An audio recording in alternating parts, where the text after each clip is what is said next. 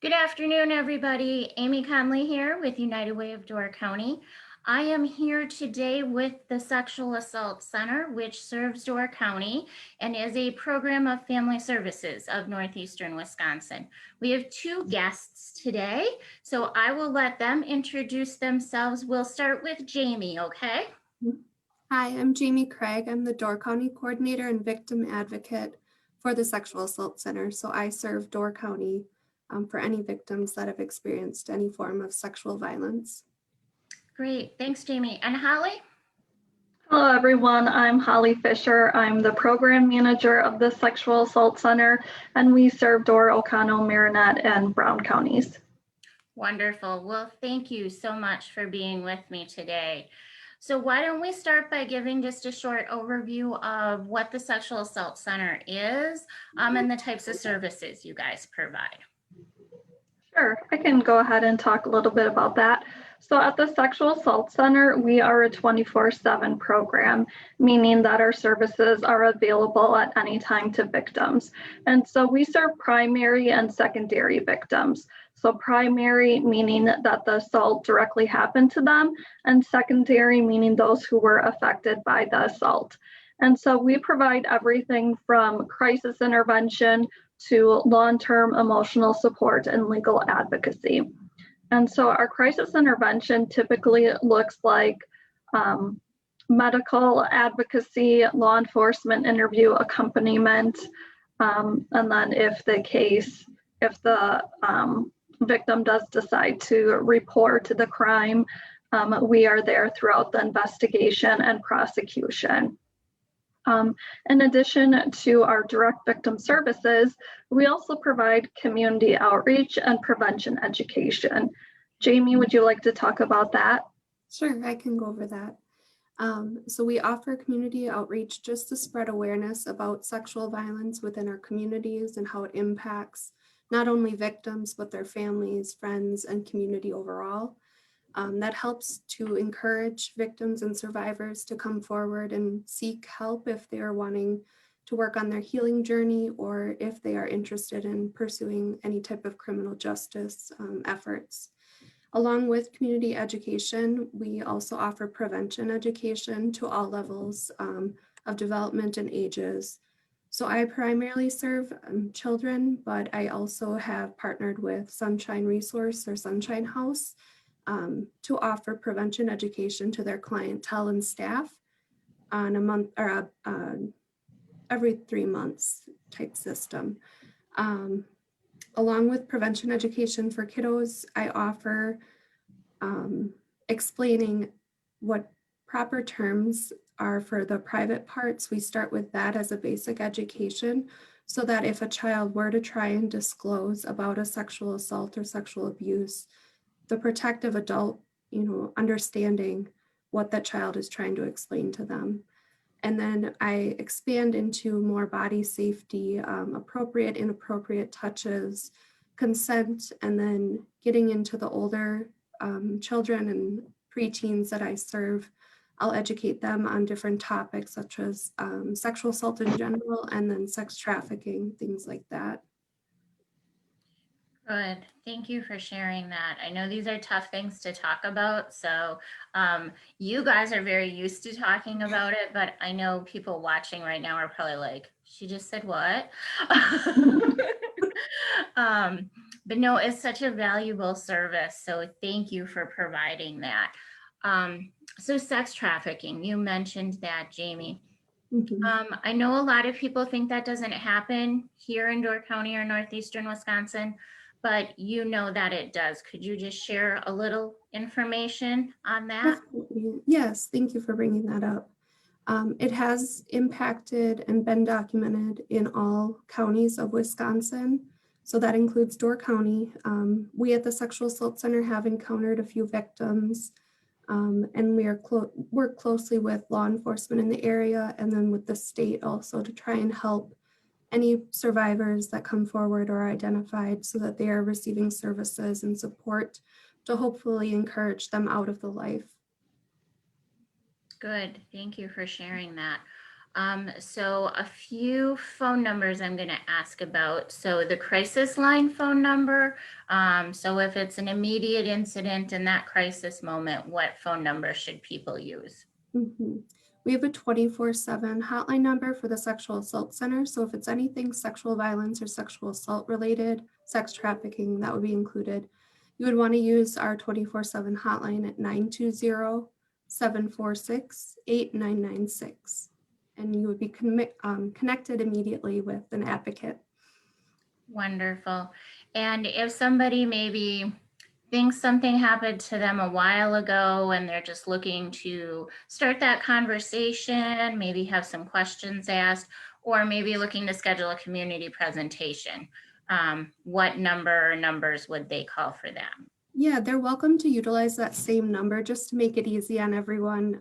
They're welcome to call 920-746-8996 and just explain to who you're talking to, what you're looking for, what you're trying to work on, and we're happy to get you connected I appropriately. like that. One phone number makes life so much easier, right? Definitely. Yep.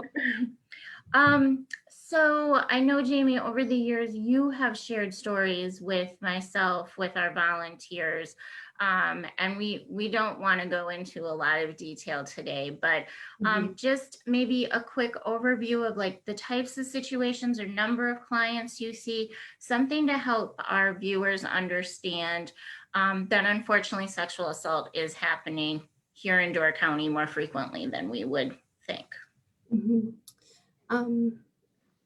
A general overview, I would start with what I had indicated with prevention education. I think it's important to go into a brief story about a child that was trying to disclose of sexual abuse. This child had gone to multiple adults and indicated that someone had touched, at the time that child was using the term cookie.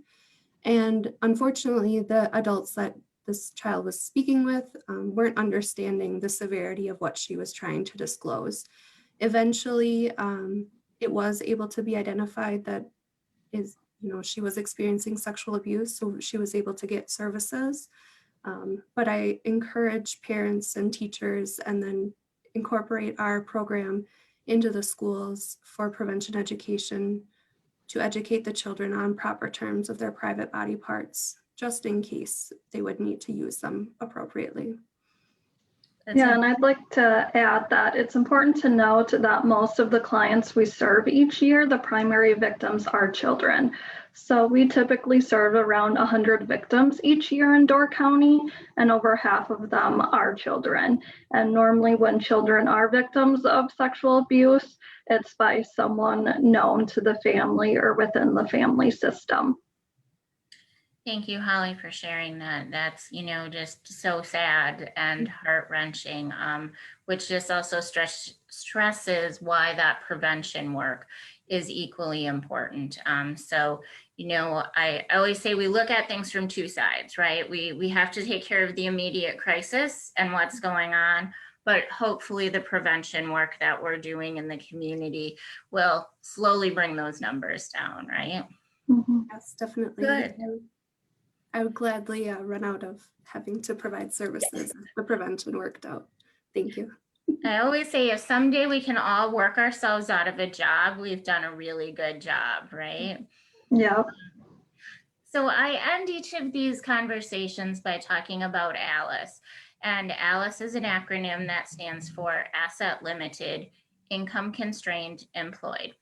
And here at United Way of Door County, we're focusing more and more of our energies around that population or group of people that would fall into that budget category. I know sexual assault happens to everyone, but could you give an example of how the Sexual Assault Center really is an advantage to someone who might find themselves in that budget category where they're living paycheck to paycheck? Yeah, I'll have Jamie go into more about how she assists specifically, but I want to give some context about the population we're typically working with. So as you said, sexual assault doesn't discriminate, but about 70% of the clients in Door County that we served had incomes under $15,000. So they're definitely on the lower threshold. But it's interesting to note that 38% of the clients were employed full-time and 46 were employed part-time. So these are families who are working, who are trying to make ends meet, and then they have this victimization on top of that. So it's really a struggle. So Jamie, will you share a little bit about how you can provide support in the midst of those dynamics? Definitely, yes. So I do understand the impact of Alice within our community. I know I've been attending our United Way meetings and educating myself through that, so thank you. As a way for me to help families that are experiencing Alice, I offer attending court on their behalf so that they are not having to miss work or lose that pay. And potentially, losing their employment if they were missing work too often. I also advocate with their employer as to why they might need to miss a job or a day at a time. And I explain through letters in a confidential way, or I encourage our clients to get a letter from the district attorney or from law enforcement if we're working with them, so that they have proof of why they had to miss work for that day. I also offer that coverage of law enforcement contact or the court system so that they don't have to try and arrange for childcare, because we do know in Door County childcare can be an issue for our families. Amy, you're very well aware. Well aware, but I'm glad you brought that up, Jamie, because that is a big concern for everyone, but specifically those Alice families. Mm-hmm.